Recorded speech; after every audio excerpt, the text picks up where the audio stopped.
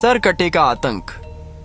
एक छोटे से गांव का से जिसका नाम था कतुलिस्तीवा। ये गांव के लोग बहुत खुशहाल जीवन जीते थे, लेकिन फिर एक दिन सब कुछ बदल गया। गांव में रात के समय अजीब घटनाएं होने लगी। पशु डर कर भागने लगे। धीरे धीरे गांव वालों को महसूस होने लगा कि कोई अनजानी परछाई अब गांव में मंडराने लगी है। एक रात गांव के उत्तर दिशा में बने एक घर से चीख की आवाज आई। लोग दौड़े, लेकिन जब वहां पहुंचे तो वहां केवल एक बच्चे की लाश मिली। उसके चेहरे पर भय की छाप थी, मानो वह मरते समय भी कुछ कहना चाहता हो। धीरे धीरे गांव में फैल गई एक भयानक अफवाह। एक सरकटा आदमी रात को गांव में आता है। वो हर रात किसी घर का दरवाजा खटखटाता है और जो बच्चा बाहर आता है वह फिर कभी नहीं लौटता। लोग इसे अंधविश्वास मानकर नजरअंदाज करने लगे, लेकिन फिर एक और बच्चा मारा गया, फिर एक और। अब यह सिलसिला हर रात का बन गया। हर रात जैसे ही घड़ी 12 बजती, गांव में सन्नाटा फैल जाता। हर घर का दरवाजा बंद कर दिया जाता। ठक ठक ठक ठक कोई जोर जोर से किसी घर का दरवाजा पीटता। उसके बाद बस चीख सुनाई देती और फिर सन्नाटा। सुबह गांव के चौराहे पर एक और मासूम की लाश पड़ी होती। गांव वालों का धैर्य अब टूट चुका था। एक सुबह वे सब मिलकर पास के थाना पहुंचे। उन्होंने इंस्पेक्टर रवि सिंह को सब कुछ बताया। इंस्पेक्टर ने पहले इसे मजाक समझा। अरे भूत वूत कुछ नहीं होते, किसी सिरफिरे कातिल का काम होगा। गांव वालों ने बच्चों की तस्वीरें, घटनाओं का क्रम और सबूत दिखाए। इंस्पेक्टर थोड़ा गंभीर हुआ और कहा, ठीक है, आज रात मैं खुद गाँव में पहरा दूंगा। अगर सच में कुछ है तो सामने आएगा। रात करीब 12:15 पर इंस्पेक्टर रवि गांव पहुंचा। गांव शांत था, मगर आसमान में काले बादल थे। हवा चल रही थी और हर तरफ डर का माहौल। तभी ठक ठक ठक ठक एक कच्चे घर का दरवाजा जोर से पीटा गया। इंस्पेक्टर ने अपनी बंदूक उठाई। अचानक एक परछाई सामने आई। बिना सिर वाला आदमी उसका वह सीधे इंस्पेक्टर की ओर बढ़ा। रुक जा, नहीं तो गोली मार दूंगा। इंस्पेक्टर चिल्लाया। धाएं धाएं गोलियां चली, लेकिन परछाई हवा में गायब हो गई। इंस्पेक्टर को कुछ समझ नहीं आया कि वो कहाँ गया। तभी पीछे से